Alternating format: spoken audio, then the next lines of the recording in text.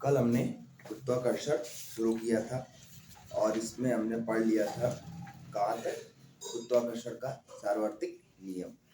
आज पढ़ते हैं गुरुत्वाकर्षण के सार्वत्रिक नियम का महत्व। गुरुत्वाकर्षण के सार्वत्रिक नियम का क्या महत्व है, कहाँ काम आता है, क्या क्यों इसको ढूंढा गया, क्यों इसको बनाया गया।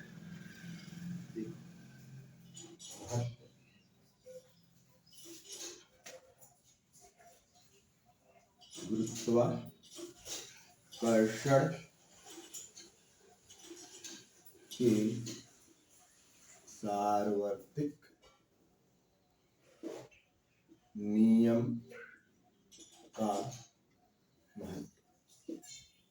ठीक है, पहला बात तो क्या करते हैं हम इसका, हमें ये क्या करता है गुरुत्वाकर्षण हमें पृथ्वी से बांधे रखता है।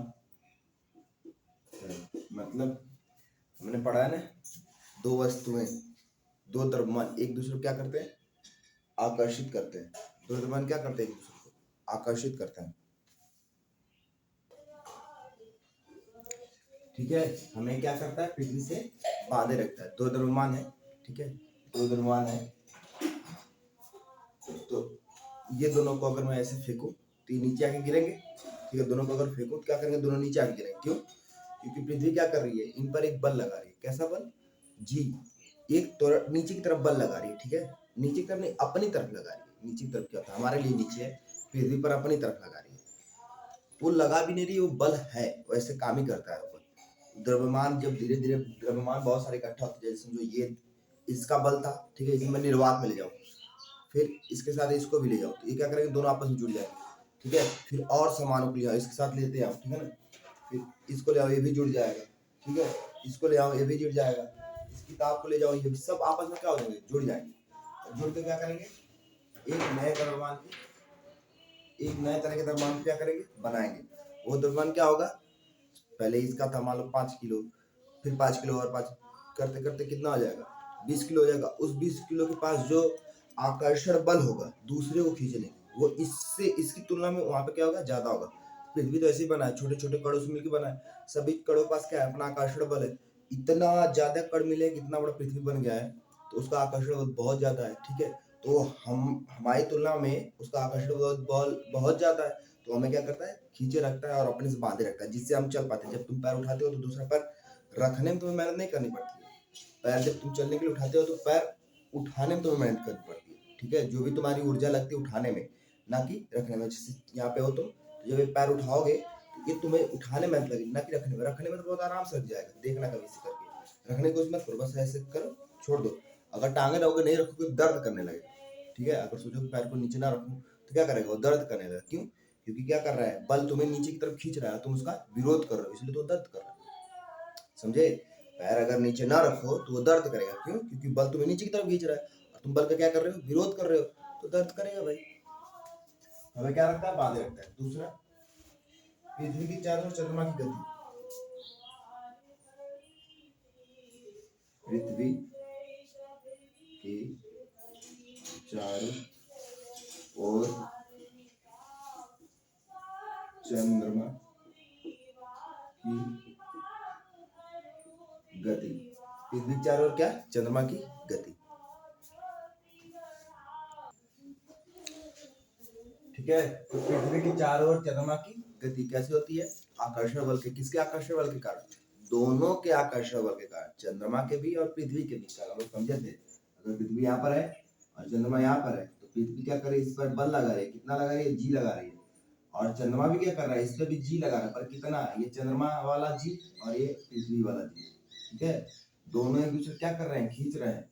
और एक ऐसे एक इतनी दूरी आ गई है, ठीक है, खींचने की वजह से ऐसी दूरी आ गई कि अब चंद्रमा का और पृथ्वी का बल क्या हो गया, बराबर। तो वो दोनों एक दूसरे को ना दूर कर पा रहे, ना पास कर पा रहे। ठीक है, ऐसे ही क्या होता है, सभी ग्रहों सूर्य के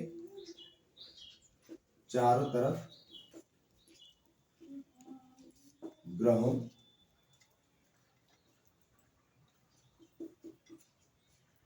की गति, ठीक है। ऐसे ही सूर्य के चारों तरफ सभी ग्रह घूमते हैं, ठीक, जैसे पृथ्वी के चारों तरफ चंद्रमा घूमता है। और चौथा, सूर्य तथा चंद्रमा के कारण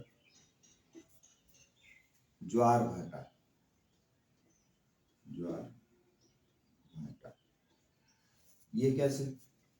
जब सूरज और चंद्रमा क्या कर रहे हैं, पृथ्वी पर बल लगा रहे हैं, जैसे चंद्रमा लगा रहा है वैसे भी सूरज भी लगा रहा है। देखो ये चंद्रमा पृथ्वी है, ठीक है, ये चंद्रमा है और यहाँ का सूर्य। तो जैसे इनके बीच में बल लग रहा है, ठीक, ये इसको खींच रहा है, ये इसको खींच रहा है, वैसे सूरज और पृथ्वी के बीच में बल लग रहा है। सूरज पृथ्वी खींच रहा है, पृथ्वी सूरज को खींच रही है। इन बल लगने के कारण क्या होता है, पृथ्वी के अंदर की जो प्लेटें होती हैं, कई प्लेट है, 7 प्लेटें 8 प्लेटें हैं, तो वो खिसक जाती हैं बल लगने के कारण। जब वो खिसकती हैं तो नीचे लावा है, लावा क्या करता है, उन प्लेटों के हटने की वजह से क्या करता है, ऊपर आ जाता है, तो ज्वार भाटे के रूप में निकलता है, ठीक है। प्लेटें खिसकती हैं बल लगने के कारण, तो लावा क्या होता है, ज्वार भाटे के रूप में बाहर आ जाता है।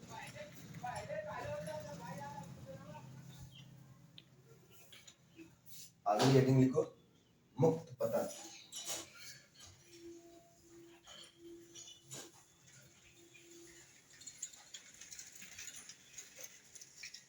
मुक्त पतन, ठीक है।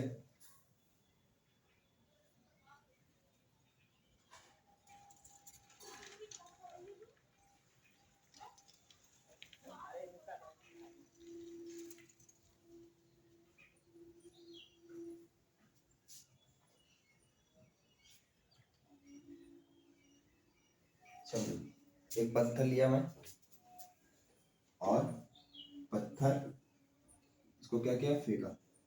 यहाँ पर जाने के बाद जब इसका वेग क्या आ जाएगा, v बराबर 0, क्या आ जाएगा, जब एकदम ऊंचाई पहुंच जाएगा, जब मेरा बल खत्म हो जाएगा, फेंका हुआ बल क्या होगा, ऊपर जाके एकदम खत्म हो जाएगा। फिर वो क्या करेगा, यहाँ से नीचे, यहाँ पे बल 0 है, तो मतलब यहाँ पे बल भी क्या है, 0 है।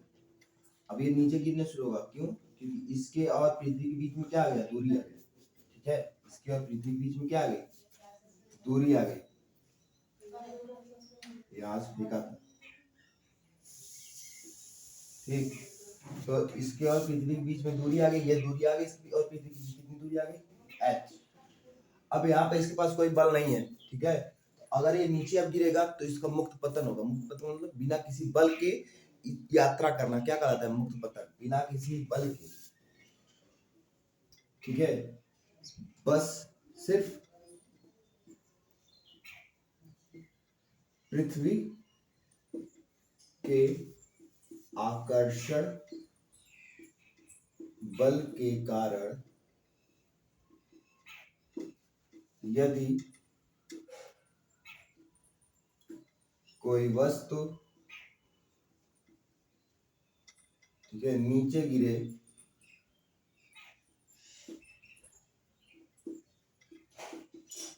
तो उसका मुक्त पतन होगा, ठीक है। क्या होगा, तो उसका मुक्त पतन होगा,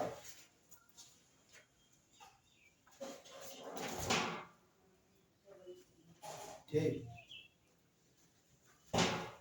क्या होगा, उसका मुक्त पतन।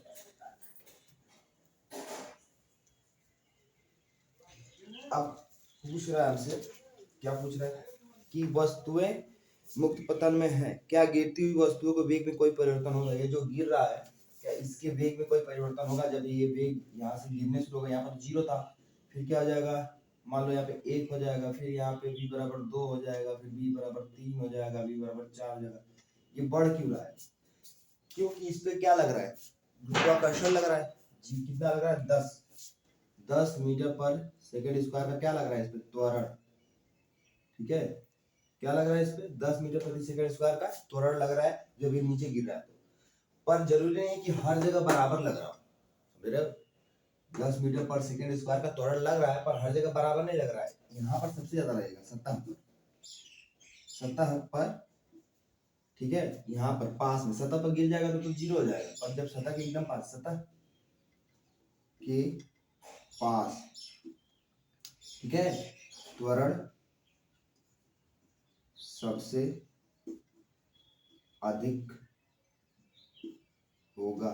मतलब जब ये पत्थर यहाँ पर है, ठीक है, समझ लो काफी ऊंचाई पर है और यहाँ पर है, और ये हमारी पृथ्वी है, तो जब ये पृथ्वी पर गिरेगा, ठीक है, जब यहाँ पर गिर कर आएगा तो इसका जो वेग होगा वो अधिकतम होगा। क्यों? क्योंकि यहाँ पर त्वरण ज्यादा है, पृथ्वी जितना पास हम आते हैं उसका त्वरण ज्यादा, जी का मान ज्यादा होता है, जितना ऊपर जाते हैं दूरी बढ़ेगी तो जी का मान कम होता जाएगा।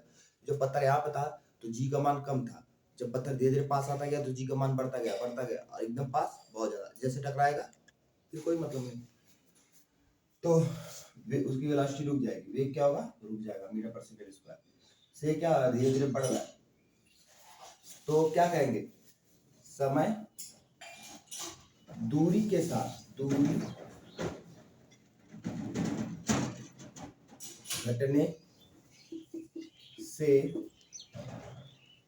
पत्थर पर लगने वाला त्वरण उसके वेग को भी बढ़ाता जाएगा, क्योंकि पृथ्वी के सतह के करीब आने पर त्वरण जी मतलब गुरुत्वाकर्षण का मान बढ़ने लगता है और अपनी सीमा 9.8 मीटर पर सेकंड स्क्वायर पर आकर रुक जाता है। जब हमें ये वाला त्वरण मिल जाएगा, ठीक है ना, ये वाला त्वरण जब हमें मिल जाएगा, पहले यहाँ पे कुछ और रहा होगा, यहाँ पर कम रहा होगा, 7 मीटर प्रति सेकंड स्क्वायर रहा होगा, नीचे गया 8 हुआ होगा, ठीक है, और नीचे गया 9 हुआ होगा, और नीचे गया 9.8 हो गया। जब इतना हो जाएगा तो अब वेग नहीं बढ़ेगा, यहाँ पर जितना वेग होगा इस त्वरण पर, ठीक है, उसके बाद अब नहीं बढ़ेगा, क्योंकि इसके बाद अब त्वरण नहीं बढ़ने वाला, ना त्वरण बढ़ेगा तो वेग भी नहीं बढ़ेगा, एकदम बढ़ गया है, यहाँ पर बढ़ता जाएगा क्योंकि त्वरण बढ़ता जाएगा, पर यहाँ पर क्या होगा, त्वरण क्या हो गया, अब इससे ज्यादा त्वरण पृथ्वी नहीं लगा सकती किसी वस्तु पर, ठीक है, तो उसका वेग नहीं बढ़ेगा।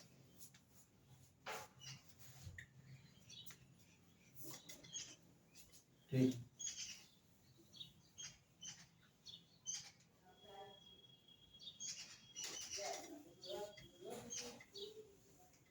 अगला लिखते हैं, जी के मान का परिकलन, जी के मान का परिकलन कैसे निकालेंगे, जी का मान देखो, ठीक है, क्या करेंगे भाई, गति के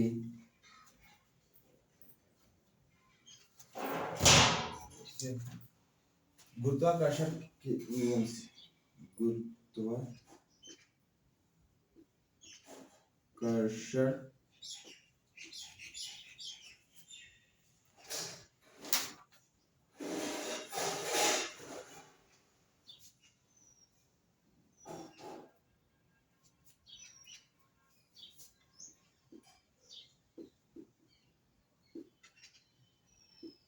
कर्षण के सार्वत्रिक नियम से, ठीक है, क्या हमें फार्मूला मिला था, F बराबर यम यम बटा के डी स्क्वायर, और यहाँ पे क्या था जी, ठीक है, ये मिला था हमें, तो यहाँ पे हम क्या करते हैं, ठीक है, मान लेते हैं जहां, ठीक है, जहां क्या, यम बड़ा यम क्या है, पृथ्वी का द्रव्यमान, पृथ्वी का द्रव्यमान, और छोटा यम बड़ा यम, छोटा यम वस्तु का द्रव्यमान, ठीक। डी क्या है? डी क्या है? वस्तु और डी क्या है यहाँ पे? वस्तु और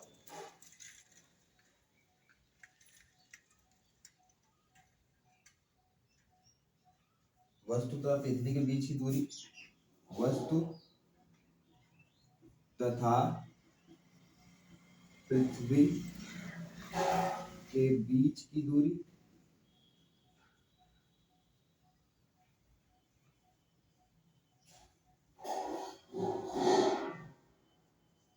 ठीक है, की दूरी। इतनी चीजें दिया है। पृथ्वी का द्रव्यमान कितना होता है? 6 गुणे 10 की पावर कितना होता है? 6 गुणे 10 की पावर 24। 6 गुणे 10 की पावर 24। ठीक है, 6 गुणे 10 की पावर 24। वस्तु का द्रव्यमान यम ही रहने दो, ठीक है, नहीं लेते हैं किसी वस्तु को तो मैं ले भी ले, क्या फर्क पड़ जाएगा उससे। मान लो 5 कीजिए,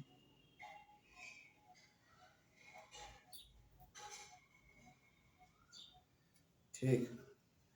वस्तु का द्रव्यमान 5 केजी और दूरी वस्तु और के बीच की दूरी को मान लें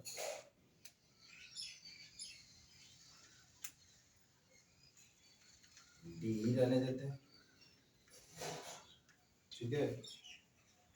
अब हमें तो जी निकालना है, जी का फार्मूला निकालना है, फिर बाद में मान निकालेंगे। जी का द्रव्यमान ये है, पहले इतना देखो, ठीक है। फिर F बराबर यम ए से, ठीक है। F बराबर क्या होता है? यम ए होता है।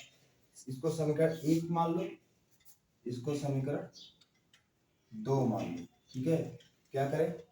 समीकरण 1 से इनका 1 व समीकरण 2 से यहाँ पे यह बराबर एम है तो यह की जगह क्या रख दें?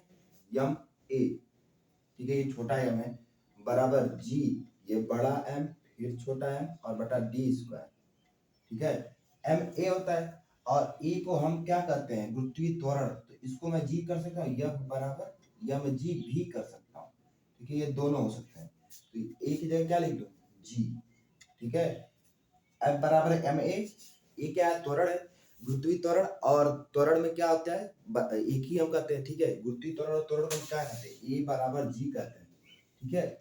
समझ रहे हो? ए बराबर जी, पर बस एक चीज का अंतर हो जाता है, ए बराबर माइनस जी, साइन का अंतर हो जाता है, ठीक है, चिन्ह का। अभी चिन्ह का हम प्रयोग नहीं करेंगे 9 में, हम 9 का प्रयोग, चिन्ह का प्रयोग 11 में करेंगे। ये बस इतना जानो कि ए बराबर जी, ठीक है। ये क्यों माइनस का लगा? अगर कोई वस्तु ऊपर फेंकी जा रही है तो उसका थोड़ा ऊपर की तरफ लगेगा, ठीक है। जब वो ऊपर पहुंच जाएगी, जैसे समझो एक वस्तु मैं यहाँ से फेंका, ऊपर गया, इस पे त्वरण इधर का लगा था, ए लगा था, ठीक है। किसके विरुद्ध में लगा था? जी के विरुद्ध में, समझ रहे हो? नीचे भी तो लग रहा था, जब ये ऊपर जा रहा था उसके उसी समय उस पे नीचे भी तो बल लग रहा था, पृथ्वी लगा रही थी और तुम्हारा बल उसे ऊपर ले जा रहा था। तो मतलब ये त्वरण तुम्हें इसे कहाँ ले जाता? ऊपर, ठीक है। सिंपल सी बात है, तुम्हारे त्वरण से ज्यादा होगा, तभी तभी इसको ऊपर ले जा रहा था, ठीक है। ये 10 मीटर पर सेकंड स्क्वायर से ज्यादा रहा होगा, ठीक है, या 9.8 मीटर ज्यादा रहा होगा, तो इसे ऊपर ले जा रहा था। और ये नीचे लग रहा है, तो मतलब ऊपर वाले को अगर मैं प्लस कहूँ तो नीचे वाले को माइनस करना पड़ेगा ना, इसीलिए ए क्या होता है? ए बराबर माइनस जी होता है, ठीक है। ऐसे तो यह बराबर एम जी लिख सकते हैं, तो यम से ये यम कट जाएगा, जी बराबर क्या मिलेगा? जी यम बटा डी स्क्वायर। अब यहाँ से जी का मान निकाल लेते हैं, ठीक है। क्या करेंगे? मान रखने पर कौन से? समीकरण 3 में, ठीक है। समीकरण 3 में मान रखने पर क्या मिलेगा भाई?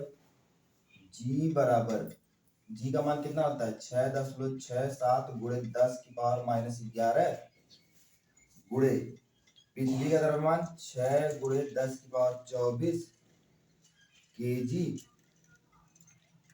ठीक है। और दूरी को क्या मान ले? दूरी को दूरी की जगह यहाँ पे हमें त्रिज्या लेना पड़ेगा, ठीक है ना। हाँ, एक चीज और, सवाल थोड़ा और, ये फार्मूला ऐसे, जब ये जी स्क्वायर हो गया तो अब हमें दो की दूरी निकालनी है। जब दोनों एक पास हो जाएंगे तो कैसे दूरी निकालेंगे? तो क्या करेंगे, उसके केंद्र से और पृथ्वी के केंद्र के बीच की क्या करेंगे, दूरी। जब हम ये दूरी निकाल रहे थे दो पिंडों के बीच में, तो क्या करते, इसके केंद्र से इसके केंद्र के बीच की दूरी निकाल रहे थे, ये डी हो रहा था। ठीक है, तो अब जब पृथ्वी है और उस पर ये सेब मान लो गिर गया, तो इसके केंद्र और इसके केंद्र के बीच की दूरी निकालनी होगी। तो क्या निकलेगी, जितनी पृथ्वी की त्रिज्या है, क्या है, जितनी पृथ्वी की त्रिज्या है, मतलब अगर हम पृथ्वी पर खड़े हैं तो हमारा तो बहुत कितना हाइट होगा, या इस समझो ये पृथ्वी की सतह है, उस पर ये गिर गया, तो ये बहुत ही पतला है पृथ्वी की सतह की तुलना में। अब पृथ्वी बहुत बड़ी है, तो इसकी अगर मैं त्रिज्या बस नाप लूं तो ये उसमें आ जाएगा, बिना नापे ही आ जाएगा। अगर मैं इसकी भी नापूं तो बहुत ही पॉइंट में बहुत हल्का सा आएगा, मतलब ऐसा समझो, पृथ्वी की त्रिज्या ये पृथ्वी है और इस पे यहाँ कहीं ये सेब है, तो इसके केंद्र से इसके केंद्र के बीच की दूरी नापनी होती है डी निकालने के लिए। डी क्या है, डी क्या है, वस्तुओं के बीच की दूरी नहीं, के केंद्रों के बीच की दूरी, के केंद्रों की केंद्रों के बीच की दूरी, के केंद्रों के बीच की दूरी। ठीक है ना, डी क्या है, वस्तु तथा पृथ्वी के केंद्रों के बीच की दूरी है, केंद्र। ठीक है, जो सेंटर है बीच में, तो यहाँ से पृथ्वी का ये आर होता है त्रिज्या। ठीक है, और इसकी त्रिज्या भी लिखी जाएगी।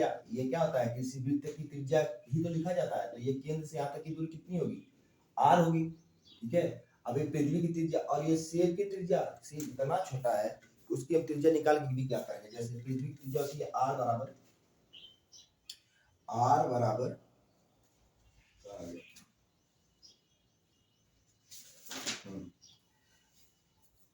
6.4 गुणे 10 की पावर 6 मीटर इतनी होती है। सेब की त्रिज्या कितनी होगी, अगर सेब की त्रिज्या निकाल भी ले तो कितनी होगी, ये कितना बड़ा है, थोड़ा इसको लिखो 6,4,0,0,0,0 ठीक है, मीटर, इतना मीटर है। मतलब इसको 1000 से भाग दे तो कितना किलोमीटर निकलेगा, 1000 से भाग दे दूं तो 6400 किलोमीटर। ये त्रिज्या कितनी है, 6400 किलोमीटर। पृथ्वी की त्रिज्या, पृथ्वी की त्रिज्या कितनी है, पृथ्वी की त्रिज्या है 6400 किलोमीटर। ठीक है, पृथ्वी की त्रिज्या कितनी है, 6400 किलोमीटर। और सेब की त्रिज्या 6400 किलोमीटर, बहुत ज्यादा है त्रिज्या। और सेब की कितनी होगी, इतनी, मतलब 1 इंच। ठीक है ना, या 4 सेंटीमीटर, 5 सेंटीमीटर। ठीक है, 1 इंच। अब 1 इंच या 2 इंच इसमें कहाँ आएंगे, उसको लिखना जरूरी है, कोई मतलब है नहीं। इतनी छोटी सी दूरी को कहाँ लिखूं मैं, एक सेब इतना बड़ा है उसकी त्रिज्या इतनी होगी। ठीक है, और 6400 किलोमीटर। ठीक है, उसके आगे कुछ मायने रखता है, कोई मायने नहीं रखता, तो इसको लिखने की जरूरत नहीं। तो इसी को आर लिखते हैं, क्या लिखते हैं, जी यम बटा डी की जगह क्या लिखते हैं, आर। ठीक है, ये दूरी है, यही दूरी मिली है पृथ्वी और वस्तु के बीच की दूरी हमें आर स्क्वायर मिली है। लिखना था डी स्क्वायर, तो डी स्क्वायर कितना मिला, आर स्क्वायर। ठीक है, यहाँ पर क्या हो जाएगा, डी स्क्वायर बराबर आर स्क्वायर। ध्यान रहे, बस पृथ्वी के केस में जब कोई वस्तु पृथ्वी के पास होगी, जैसे कोई ग्रह का निकालना होगा तो हमें वो दूरी निकालनी पड़ेगी। लेकिन जब कोई वस्तु पृथ्वी पर होगी तो हम हमेशा आर लेंगे। ठीक है, जब भी कोई वस्तु पृथ्वी पर होगी तो हम कितना लेंगे, आर। ठीक है, लेकिन जब भी दूर होगी तो हम कितना लेंगे, डी। अच्छा, तो यहाँ पर कितना रख दें, 6.4 गुणे 10 की पावर 6 मीटर। ठीक है, इसको हल करो, इसको ऊपर ले जाओ तो कितना हो जाएगा, 6.67 गुणे 10 की पावर -11 गुणे 10 की पावर -6 होगा। कितना होगा कि नहीं होगा, बोलो। 6.67 गुणे 10 की पावर -11 गुणे 10 की पावर -6 गुणे 6 गुणे 10 की पावर 24 बटा 6.4।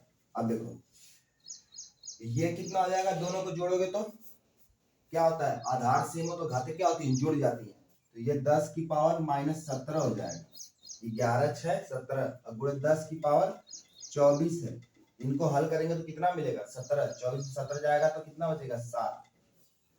10 की पावर 7 बचेगा। ठीक है, कितना बचेगा? 10 की पावर 7।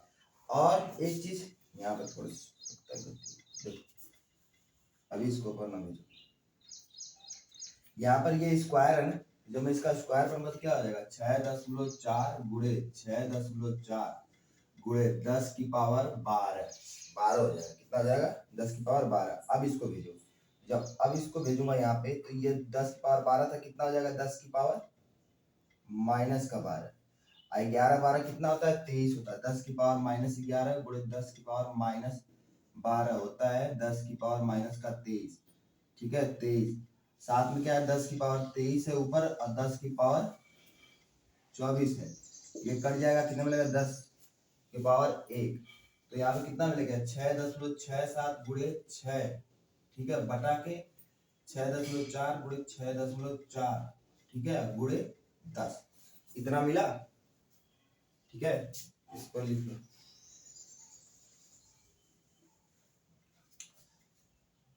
इतना लिखो, फिर आगे लगाए।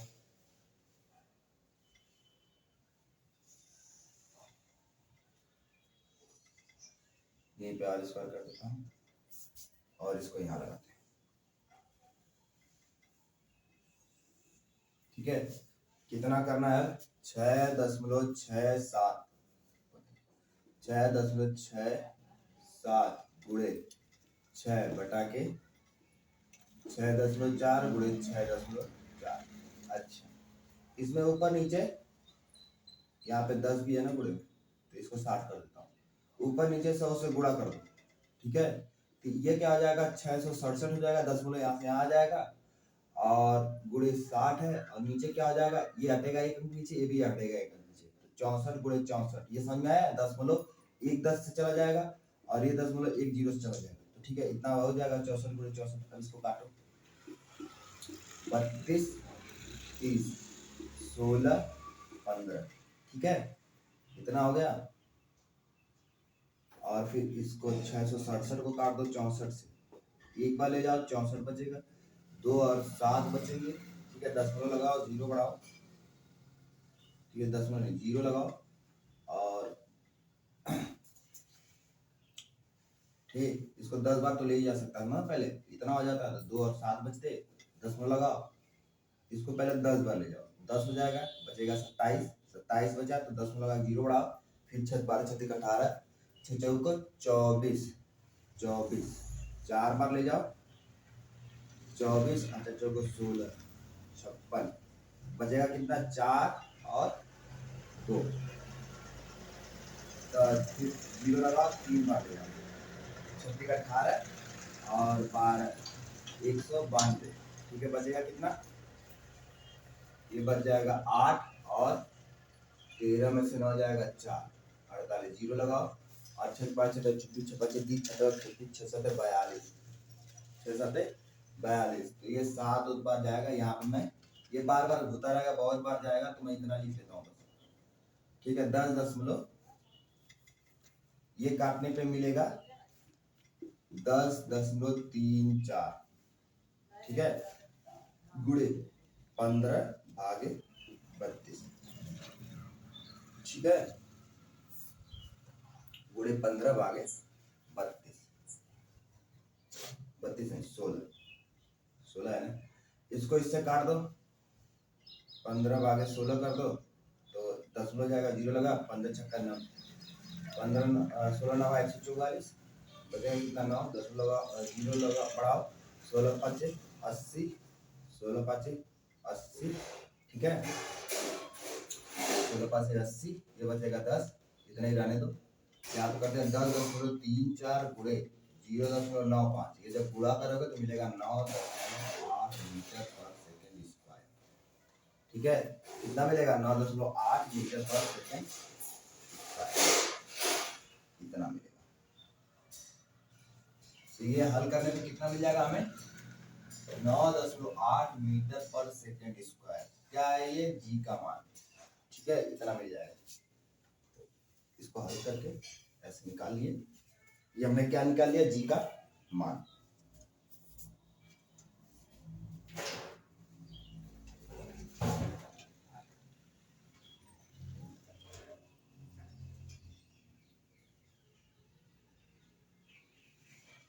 ठीक है, तो इसको साफ करें।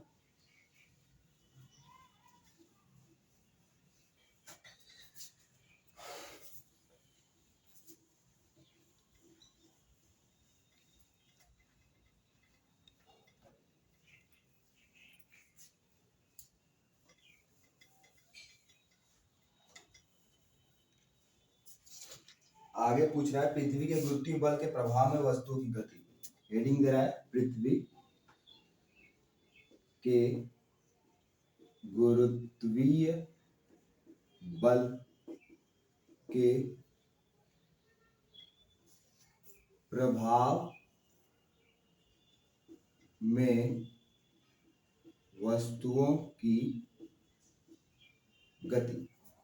मतलब वस्तुएं पृथ्वी के गुरुत्वीय बल के अंदर मतलब पृथ्वी पर कैसे गति करती हैं। और इसको समझने की दो जगह से समझते हैं। एक तो निर्वात ले लो। निर्वात का मतलब जहां ना कोई द्रव्यमान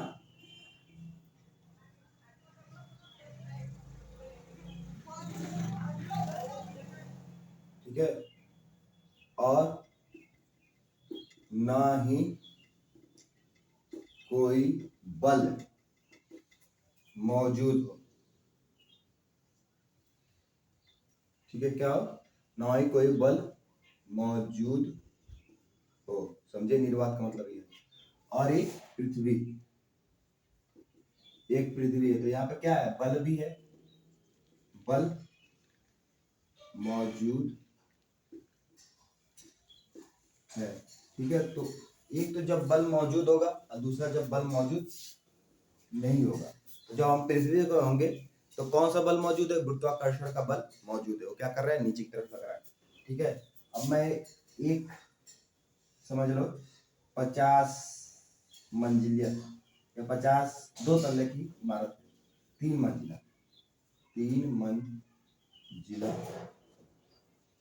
ठीक है, 3 मंजिला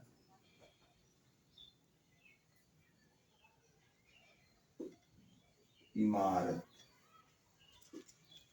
ये क्या 3 मंजिला इमारत है और यहां पर से खड़ा होकर के ठीक है, एक पत्थर का टुकड़ा और एक कागज का टुकड़ा।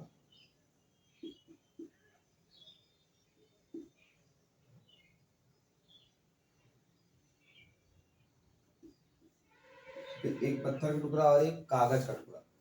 ठीक है, एक पत्थर है और एक कागज है, दोनों को ऐसे 3 मंजिले 3 तल्ले पे से खड़े क्या किया गया, छोड़ दिया गया एक साथ, एक समय पर छोड़ा जाए। वही काम यहाँ पर किया जाए निर्वात में। इतने ही समझो ऊंचाई से इसको निर्वात बना करके ऐसे छोड़ दिया जाए, पत्थर और कागज। ठीक, तो यहां पर क्या है, जो पत्थर है इसका द्रव्यमान क्या है, ठीक है, यम पत्थर का द्रव्यमान। ठीक है, यहाँ पे हम क्या लिखेंगे, पत्थर का द्रव्यमान कागज से ज्यादा है। ठीक है, क्या है, पत्थर का द्रव्यमान कागज से ज्यादा है, तो पत्थर पर लगने वाला गुरुत्वाकर्षण बल भी क्या करेगा, ज्यादा जल्दी ज्यादा लगेगा। क्यों, ज्यादा द्रव्यमान पर ज्यादा लगता है, ज्यादा द्रव्यमान होगा तो ज्यादा जल्दी नीचे गिरेगा। मतलब गुरुत्वाकर्षण बल तो दोनों पे इतना ही लग रहा है।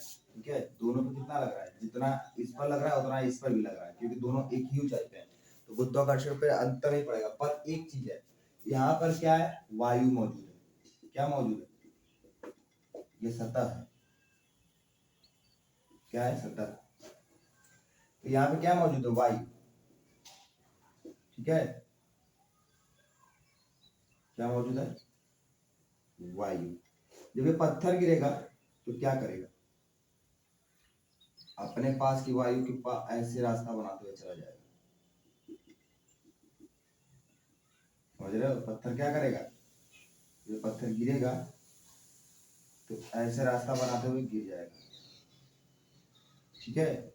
हवा को ऐसे साइड करते हुए पत्थर क्या करेगा, गिरता जाएगा, हवा साइड हटती जाएगी। क्यों? क्योंकि उसका द्रव्यमान ज्यादा है, तो हवा उसको रोक नहीं सकती। पर ये कागज जब गिरेगा, जब ये कागज गिरेगा, ठीक है, जब ये कागज गिरेगा तो वायु इसे बार बार क्या करेगी, ऐसे रोकती रहेगी, रोकती रहेगी, रोकती रहेगी, रोकती रहेगी, रोकती रहेगी। इसे पत्थर को गिरने में अगर 10 सेकंड लगे थे, ठीक है ना, इस ऊंचाई से पत्थर को यहाँ तक पहुंचने में 10 सेकंड लगे थे, तो इसको 15 सेकंड लगेगा, 15 से 20 सेकंड लगेगा। क्यों? क्योंकि हवा उसे बार बार क्या करेगा, रोक लेगा। हवा क्या है, पत्थर से कागज से ज्यादा ताकतवर है, उसे ताकतवर नहीं है, फिर भी इतनी क्षमता है कि उसको कुछ देर के लिए रोक ले, ठीक है। तो और जहाँ पे गिरा छोड़ेंगे वहां से नहीं गिरा, कुछ दूर जाके धीरे धीरे धीरे धीरे धीरे धीरे धीरे गिरेगा, ठीक है ना। तो ऐसे, तो पत्थर पहले गिर जाएगा, कागज बाद में गिरेगा। कहाँ? पृथ्वी पर जहां पर कुछ भी नहीं है, ये जो निर्वात है, खाली, ये कैसा है, खाली। और पत्थर का वजन ज्यादा है यहाँ पर कागज और पत्थर दोनों सीधे गिरेंगे और एक ही समय पे गिरेंगे। 10 सेकंड ये भी लेगा तो 10 सेकंड ये भी लेगा। क्यों? क्योंकि यहाँ पर रोकने के लिए वायु नहीं है। क्या है? यहाँ पर रोकने के लिए कोई वायु नहीं है, कोई माध्यम नहीं है। वायु क्या है? माध्यम है। निर्वात में कोई माध्यम नहीं है, तो पत्थर क्या करेगा, गिर जाएगा तुरंत, और कागज भी तुरंत गिर जाएगा। समझ रहे हो? नीचे से यहाँ से कोई बल लग रहा हो, यहाँ पर सतह, यहाँ पे एक चीज करो, बल हो और बल ही, और बस इतना, जहाँ कोई द्रव्यमान ना हो, जहाँ ना कोई द्रव्यमान हो, ठीक है, जहाँ कोई द्रव्यमान ना हो, ऐसे बल नहीं होगा तो गिरेगा कैसे? बल नहीं होगा तो गिरवा नहीं करेंगे। तो बल है, ये गिर रहा है, पत्थर और कागज दोनों एक ही समय पर गिरेंगे, ठीक है। जब पत्थर यहाँ होगा तो कागज यहाँ होगा, जब पत्थर यहाँ तो कागज यहाँ, पत्थर यहाँ तो कागज यहाँ, पत्थर यहाँ तो कागज यहाँ, पत्थर यहाँ तो कागज। यहाँ पे क्या है, यहाँ पर ऐसे है, अगर पत्थर यहाँ है तो कागज भी यहाँ है, पत्थर यहाँ पहुंचा, कागज यहाँ है, पत्थर यहाँ पहुंचा, और कागज का रास्ता भी थोड़ा अलग हो जाएगा, ऐसे कुछ, ऐसे ऐसे ऐसे यात्रा करते हुए कागज जाएगा, पत्थर पहुंच चुका रहेगा। तो ये इतना दूर निकल जाएगा। अब इतनी दूरी यात्रा करने में समय तो लगेगी ना, इसे गिरने यहाँ था, ये यहाँ जाके गिरेगा, तो ये दूरी की यात्रा भी तो कर रहा है, तो ये दूरी ज्यादा हो जाएगी इसके लिए, ठीक है। तो इसमें समय लगेगा, ज्यादा दूरी कागज चलेगा, ठीक है। हवा उसे तैरा कर दूर तक ले जाएगा, हवा उसे तैराएगा, ठीक है। और पत्थर नहीं कर पाएगा क्योंकि उसका द्रव्यमान ज्यादा है, ठीक है। उसका कण कैसे पास पास है तो बहुत जल्दी गिर जाएगा। इसे पृथ्वी क्या करती है, ऐसे वस्तुओं के ऊपर प्रभाव डालती है, इतना अंतर होता है, ठीक।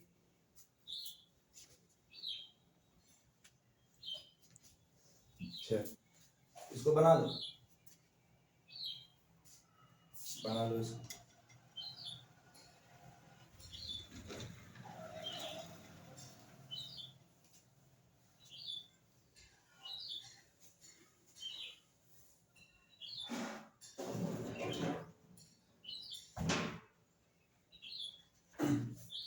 सवाल दे रहा है, उसको करते हैं उदाहरण 9.2।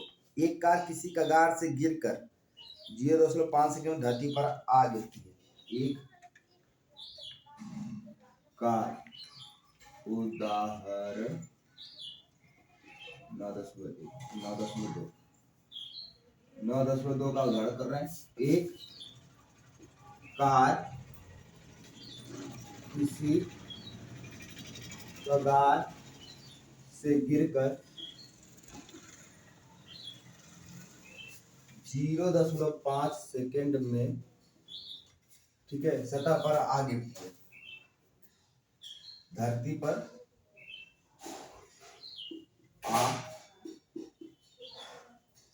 आ गिरती है, ठीक, धरती पर आ गिरती है। परिकलन में सरलता के लिए जी का मान, ठीक है, परिकलन में क्या पूछ रहा है, हाँ लीजिए, परिकलन में जी का मान लेना है, जी बराबर लेना है 10 मीटर पर सेकंड का। पूछ क्या रहा है, पहला पूछ रहा है, पहला हमसे पूछ रहा है, धरती पर टकराते समय कार की चाल क्या होगी। धरती पर टकराते समय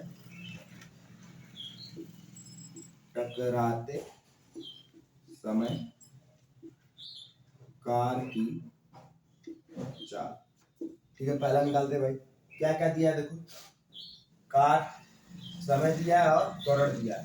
टी दिया है, टी बराबर 0.5 सेकेंड दिया है और जी बराबर दिया है 10 मीटर पर सेकेंड स्क्वायर। कैसे निकालेंगे, गति के पहले समीकरण से। क्या है पहला समीकरण, v बराबर u प्लस ए टी। यही है ना गति का पहला समीकरण। गति का पहला समीकरण और गति का पहला नियम दोनों अलग अलग चीजें हैं। पहला नियम क्या है, जड़त्व है, जड़त्व का नियम, और समीकरण ये है। ठीक है, यहाँ पे v प्रारंभिक वेग क्या है भाई, कगार से गिरकर, मतलब पहले कैसी थी, रुकी हुई थी। पहले कैसी थी, कगार पे कैसी थी, रुकी हुई, बाद में गिरना शुरू हुई। पहले कगार पर थी, मतलब कुछ ऊंचाई पर थी। कगार नहीं वो रखते हैं लोग, उस गाड़ी को ऊपर करके रखते हैं वहां पर, तो कगार पर थी। और शोरूम में गाड़ियां थोड़ी ऊपर रखी जाती वहां पर थी, नीचे गिर कर आई है। तो मतलब पहले कैसी थी, विरामावस्था में थी। प्रारंभिक वेग कितना था, u बराबर 0। प्रारंभिक वेग u बराबर 0, तो u कितना आ जाएगा 0। a कितना है 10 मीटर पर सेकेंड स्क्वायर। t कितना है 0.3, 0.5 सेकेंड, 0.5 सेकेंड। ठीक है, ये कितना हो जाएगा 10 मीटर पर सेकेंड स्क्वायर गुणे, इसको 1/2 लिख सकते हैं, और सेकेंड, सेकेंड से सेकेंड कट जाएगा, कितना बचेगा, ये 2 से 5 आएगा, 5 मीटर पर सेकेंड। कितना वेग से गिरा नीचे, 5 मीटर पर सेकेंड से। ठीक है, ये कार का वेग क्या था, धरती पर टकराते समय जब ये कार यहाँ से गिरी। ठीक है, और जब ये गिर कर यहाँ पर टकराने वाली थी, ऐसे गिर कर, ठीक है, ये जब टकराने वाली थी, तो इसका वेग कितना था, जब ये गिरी तो इसका वेग शुरू हुआ। प्रारंभिक वेग इसका 0 था, अंतिम वेग यहाँ पे हमें मिला 5 मीटर पर सेकेंड। ठीक है, ये कितने सेकंड में गिरी, 0.5 सेकंड में। त्वरण कितना था, 10 मीटर पर सेकंड स्क्वायर ये थी। तो ये वेग कितना हो गया था, 5 मीटर पर सेकंड। ठीक है, ये चीजें दी गई थी सवाल में, समझ में आया। अच्छा, अगला पूछ रहा है कि 5 सेकंड के दौरान इसकी औसत चाल क्या होगी। 0.5 सेकंड के दौरान इसकी औसत चाल। ठीक है, औसत चाल कैसे निकालते हैं भाई, इसको साफ करें, ये भी निकाल देता हूं। औसत चाल,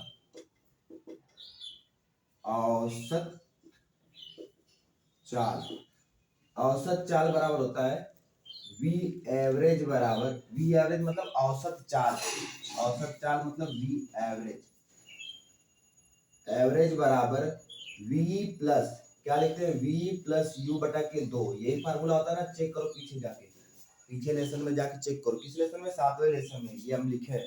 ठीक है, तो अंतिम वेग प्लस प्रारंभिक वेग बटा के 2। औसत चाल कैसे निकालते हैं, अंतिम वेग प्लस प्रारंभिक वेग बटा के 2। तो कितना मिलेगा, प्रारंभिक वेग मिला है 5 मीटर पर सेकेंड, अंतिम वेग कितना मिला है, प्रारंभिक वेग 0 है और ये 2, तो 5 में 2 से भाग दे तो कितना मिलेगा, 2.5 मीटर पर सेकेंड। ये क्या हो गया, चाल हो गया, औसत चाल।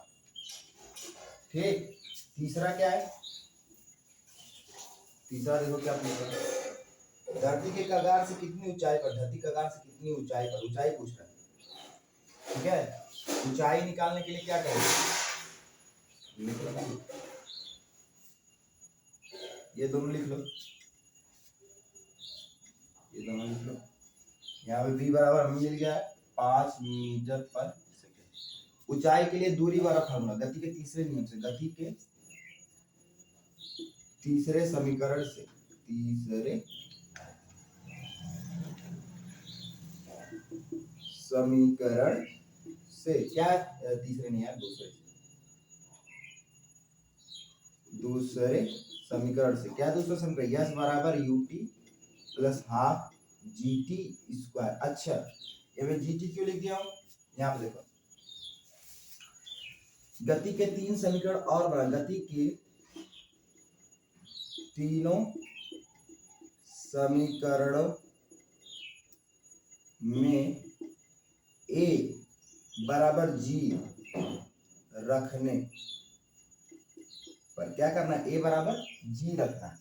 तो क्या रख दे भाई, पहला समीकरण था v बराबर u प्लस at था, तो at का क्या हो जाएगा gt।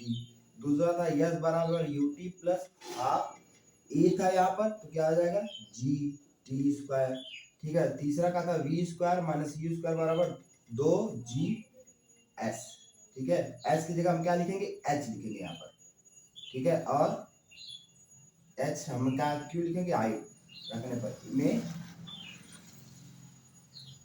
करोड़ों में एस बराबर एच और ए बराबर जी रखने पर, ठीक है। ये तीनों समीकरण हमें मिलेंगे, ठीक।